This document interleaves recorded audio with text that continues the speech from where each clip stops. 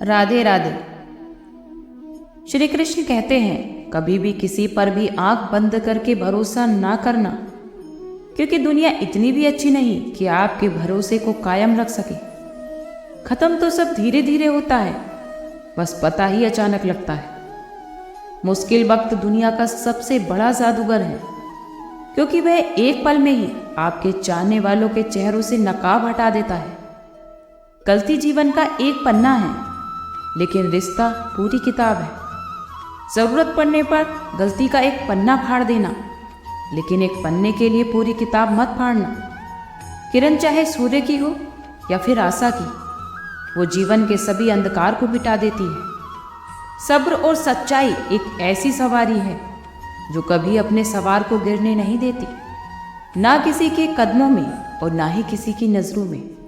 अकेले चलना और आगे बढ़ते रहना आसान नहीं होता, लेकिन अगर हार ना मानी जाए, अपने आप को धोखा ना दिया जाए, तो आखिर में एक बेहतरीन कामयाबी हासिल होकर ही रहती है। अकेले चलना बहुत मुश्किल होता है, बहुत ही ज़्यादा मुश्किल, लेकिन अकेले उठाया हर एक कदम तुम्हारे इरादों को मजबूत बना देता है, तुम्हारे व्यक्तित्व को निखारता है।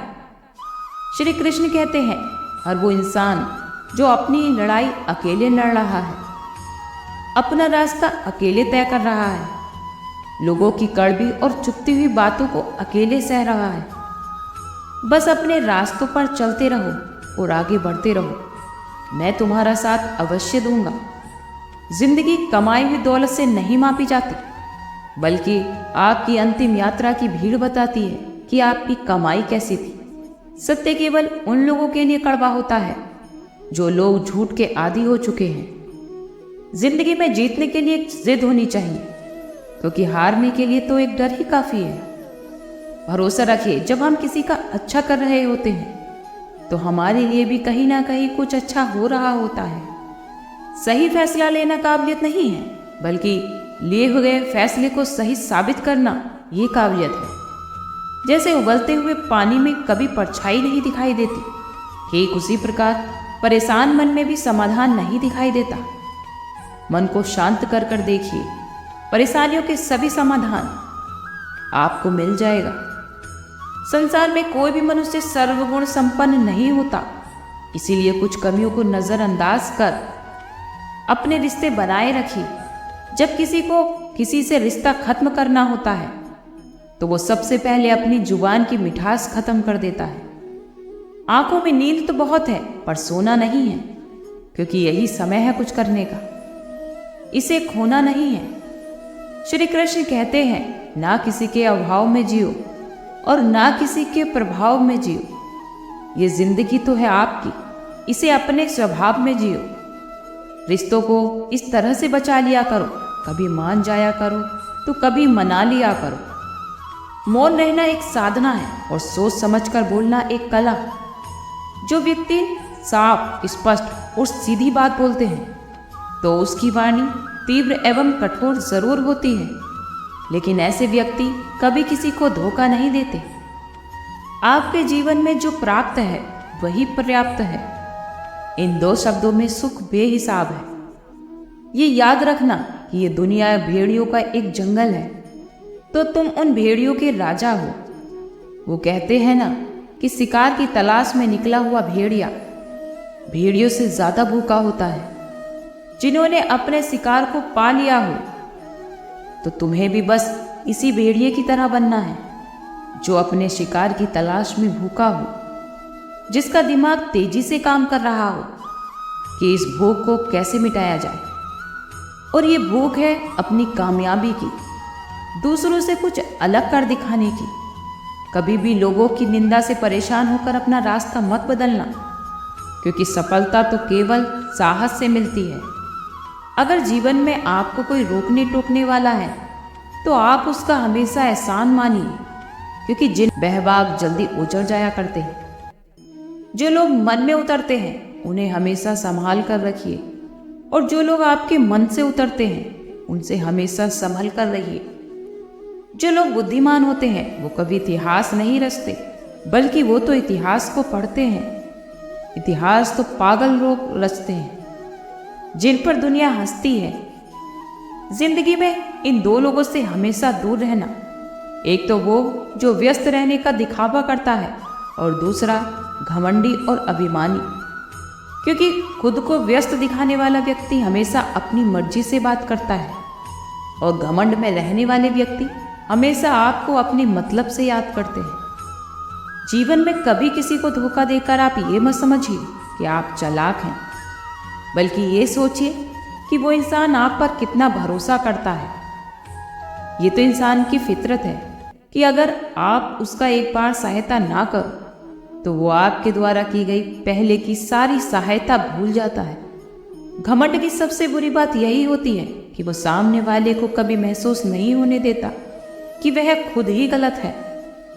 हमेशा ये बात याद रखना कि समस्याओं का कभी कोई आकार नहीं होता, बल्कि वो तो आपके हल करने की क्षमता पर निर्भर करता है कि समस्या बड़ी है या फिर छोटी है।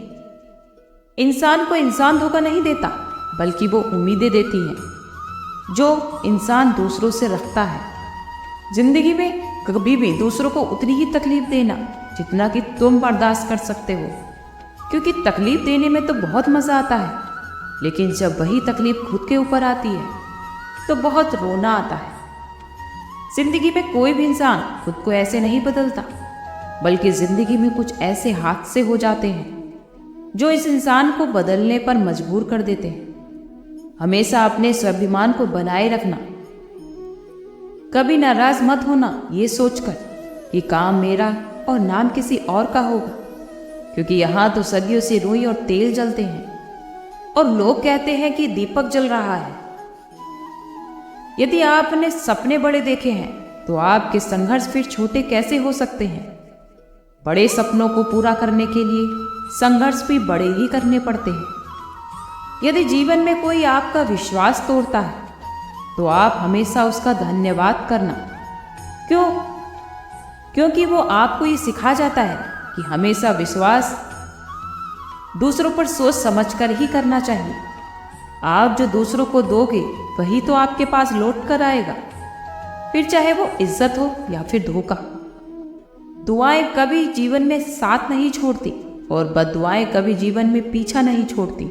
इसलिए हर काम सोच समझ कर करिए। हमेशा ये प्रयास करिए कि आपकी वजह से किसी का दिल ना दुखे। कभी भी गलती करने से डरिए मत, क्योंकि गलती से हर व्यक्ति कुछ ना कुछ सीखता है। गलतियां ही होती हैं जिससे मनुष्य जिंदगी का तजुर्बा सीखता है, अनुभव सीखता है।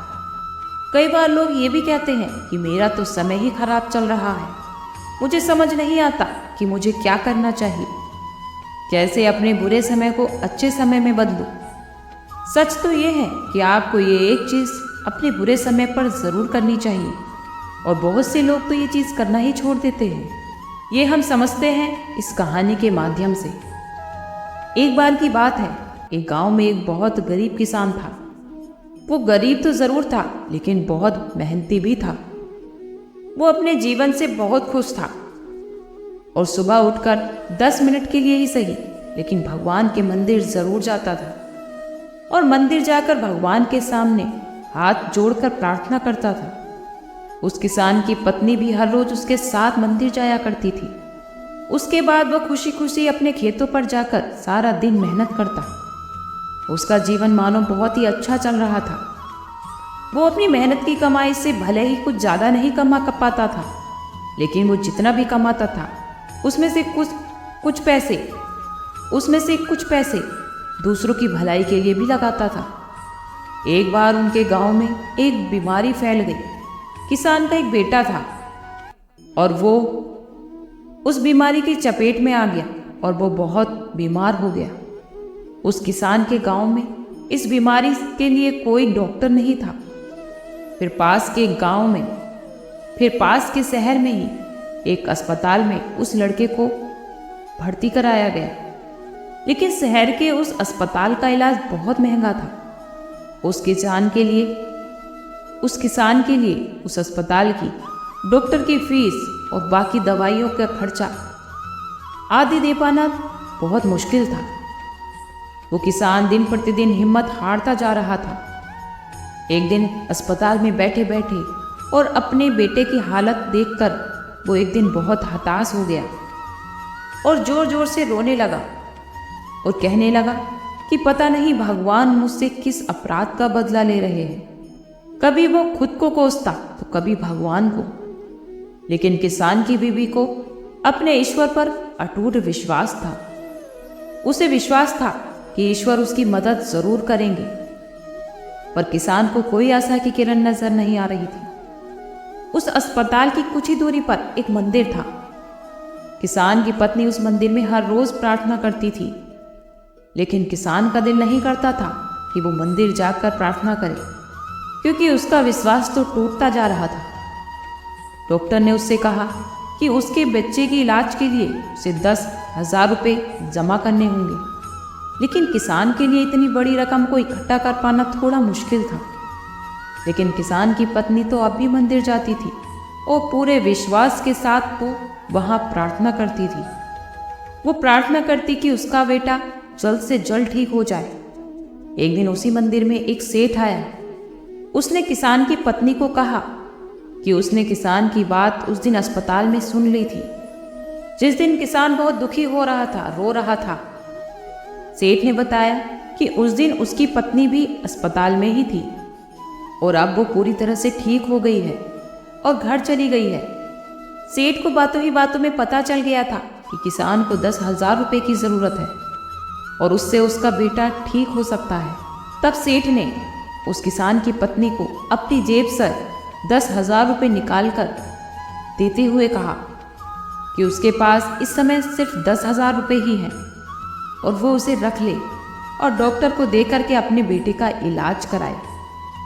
और बाद में सेठ जी ने एक कागज़ पर अपना पता लिखते हुए कहा कि अगर आपको और पैसों की आवश्यकता हो तो आप इस पते पर आकर मुझसे पैसे ले सकते हैं। तब उस किसान की पत्नी ने ये उत्तर दिया कि नहीं, इस कागज़ की मुझे और कोई आवश्यकता नहीं है। वो जानती है कि ये पैसे उसे किसने भिजवाए और जिसने ये पैसे दिए हैं वो ईश्वर हमेशा उसका ख्याल रखेगा। इसलिए कहते हैं कि हमेशा ये अटूट विश्वास जो होता है ये बहुत ही ज़रूरी है, जो अक्सर हम दुख के समय पे खो देते हैं। लेकिन उस किसान की पत्नी ने नहीं खोया। उसने तो सेठ का लिखा हुआ कागज़ भी नहीं पकड़ा, क्योंकि ये वह जानती है कि परमात्मा ईश्वर उसके साथ है। भगवान श्री कृष्ण सदैव उनके साथ है। श्री कृष्ण कहते हैं कि जो लोग सच्चे मन से मेरा ध्यान करते हैं मैं उनको वो प्रदान करता हूँ जो उनके पास नहीं है, और जो उनके पास है मैं सदा उसकी रक्षा करता हूँ। इसलिए ये ज़रूरी है कि जैसे हम अच्छे वक्त में ईश्वर को याद करते हैं, ऐसे ही हम बुरे वक्त में भी ईश्वर पर अपना विश्वास बनाए रखें, क्योंकि जो लोग उन पर सच्चा विश्वास करते हैं वो उनका विश्वास कभी टूटने नहीं देते। आज के लिए इतना ही। कल फिर मिलते हैं एक नई वीडियो के साथ। खुश रहिए, स्वस्थ रहिए।